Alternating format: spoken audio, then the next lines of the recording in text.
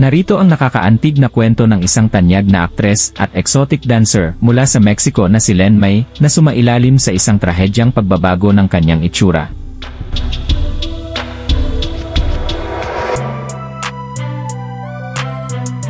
Sikat noong dekada 70s at 80s, si Len May ay kinilala bilang isang sex symbol at vedette.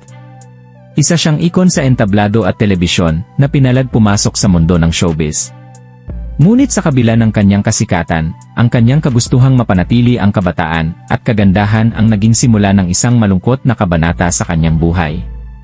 Sa kanyang kabataan, nakilala niya ang isang nagpapanggap na beauty doctor na nag-alok ng cosmetic surgery.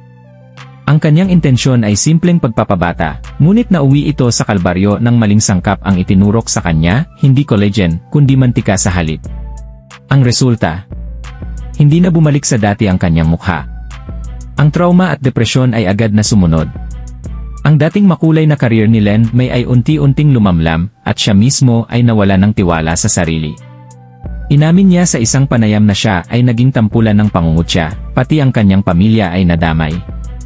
Ayon kay Len, kapag tinitingnan ko ang sarili ko sa salamin, hindi ko nagugustuhan ang nakikita ko. Para akong halimaw. Ngunit sa kabila ng kanyang mga pagsubok, si Len May, na ngayon ay 71 anyos, ay nananatiling matapang at aktibo sa mundo ng showbiz sa Mexico.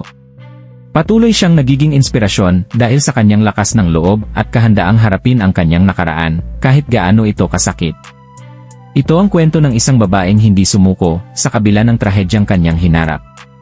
Tunay na isang leksyon sa pagtanggap at pagmamahal sa sarili, anuman ang itsura o pinagdadaanan.